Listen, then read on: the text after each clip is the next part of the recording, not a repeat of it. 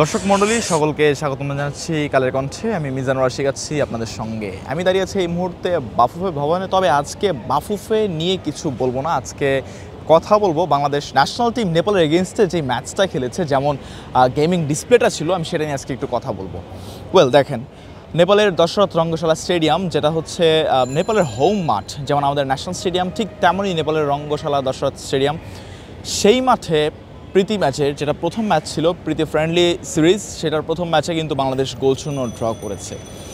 এখন আপনারা score line থেকে বলতে পারেন যে গোল শূন্য ড্র, একটা দল ড্র করতেই পারে, স্বাভাবিক। হ্যাঁ, আপনি ভালো খেলে ড্র করেন, আপনি ডমিনেট করে আপনি ড্র করেন, আপনাকে কেউ কোনো প্রশ্ন তুলবে না, কেউ কোনো প্রশ্ন করবে না।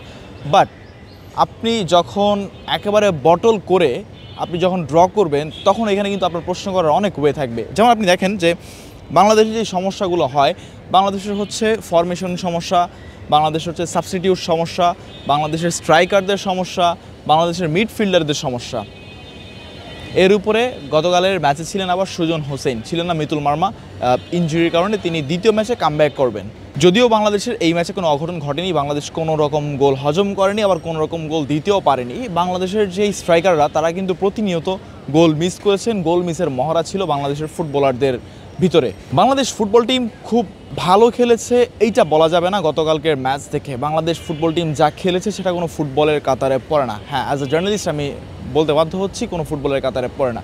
একটা দল যাদের কোনো উদ্দেশ্য নেই, কাকে পাস দিচ্ছেন, কাকে লং বল দিচ্ছেন, কাকে থ্রু দিচ্ছেন, কাকে ক্রস করছেন, কাকে দিচ্ছেন আপনি পাস করে, কাকে অ্যাসিস্ট করছেন আপনি, কোনো উদ্দেশ্য নেই আপনাদের। এইরকম ফুটবলটা খেলে আসলে হবে কি? ইন ফিউচারে আমরা এরকম ফুটবল কোনো কাজে লাগাতে পারবো না।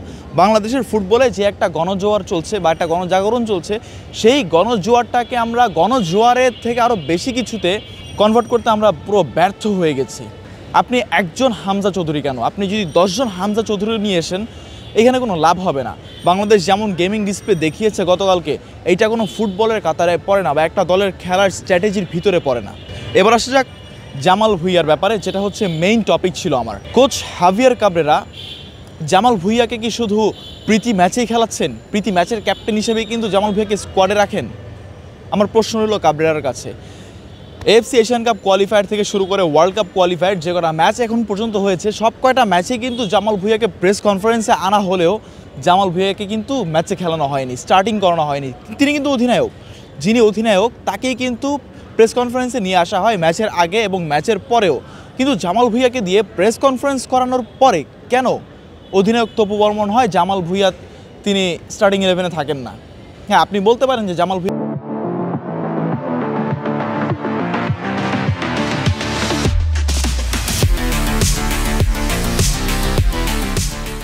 দম কম, জামাল ভুঁইয়া 90 মিনিটস খেলতে পারেন, ওকে ফাইন।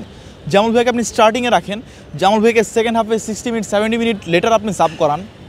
জামাল ভুঁইয়া তো ক্যাপ্টেন, আপনি যখন তাকে প্রেস কনফারেন্সে আনছেন, তিনি অধিনায়ক। তিনি অধিনায়ক মানে তিনি প্রেস কনফারেন্সের অধিনায়ক, তিনি ম্যাচের অধিনায়ক। এখন আপনি এশিয়ান কাপ কোয়ালিফায়ারে খেলাচ্ছেন না, আপনি তাকে ফিফা ওয়ার্ল্ড কাপ কোয়ালিফায়ারে খেলাচ্ছেন না, আপনি তাকে জাস্ট একটা প্রীতি ম্যাচে খেলাচ্ছেন, যেটার কোনো ভ্যালিউ নেই আপনার কাছে, আমার কাছে, আমার দেশের কাছে। জামাল ভুঁইয়া কি একটা জোক আপনাদের কাছে?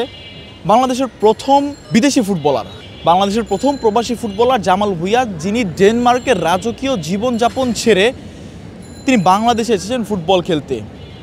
যার গায়ে এখনও বুলেটের দাগ আছে, যার গায়ে এখনও বুলেটের দাগ শুকায়নি। তিনি বাংলাদেশের জন্য ডেডিকেশন নিয়ে খেলছেন। তিনি স্বপ্ন দেখেন বাংলাদেশ বিশ্বকাপ খেলবে।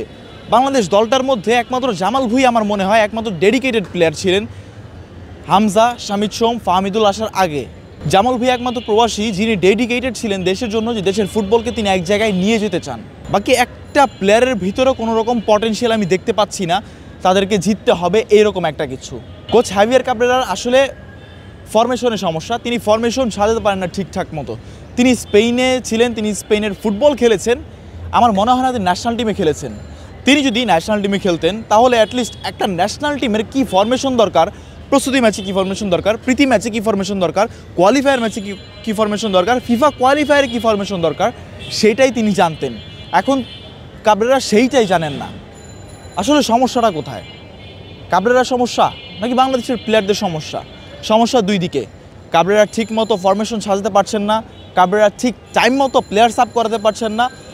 আর যেই প্ল্যানিংটা হয় গেমের আগে, আমাদের প্লেয়াররা আসলে ওই রকম প্ল্যানটা এক্সিকিউট করতে পারছে না।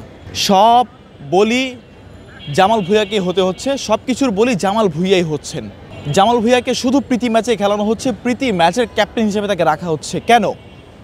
যিনি ক্যাপ্টেন তিনি অল ওভার সব কিছুতেই ক্যাপ্টেন থাকবেন। Why only just press conference, just friendly match? Qualifier কী দোষ করেছে? কোয়ালিফায়ার তো আমাদের জন্য গুরুত্বপূর্ণ একটা জিনিস, হোক সেটা ফিফা ওয়ার্ল্ড কাপ কোয়ালিফায়ার, হোক সেটা এফসি এশিয়ান কাপ কোয়ালিফায়ার। 9 তারিখ দশরথ রঙ্গশালা স্টেডিয়ামে বাংলাদেশের সেকেন্ড ম্যাচ এবং শেষ ম্যাচ নেপালের এগেইনস্টে। সকলকে দেখার আমন্ত্রণ জানিয়ে আমি মিজানুর আশিক বিদায় নিচ্ছি আপনাদের কাছ থেকে। ধন্যবাদ সবাইকে।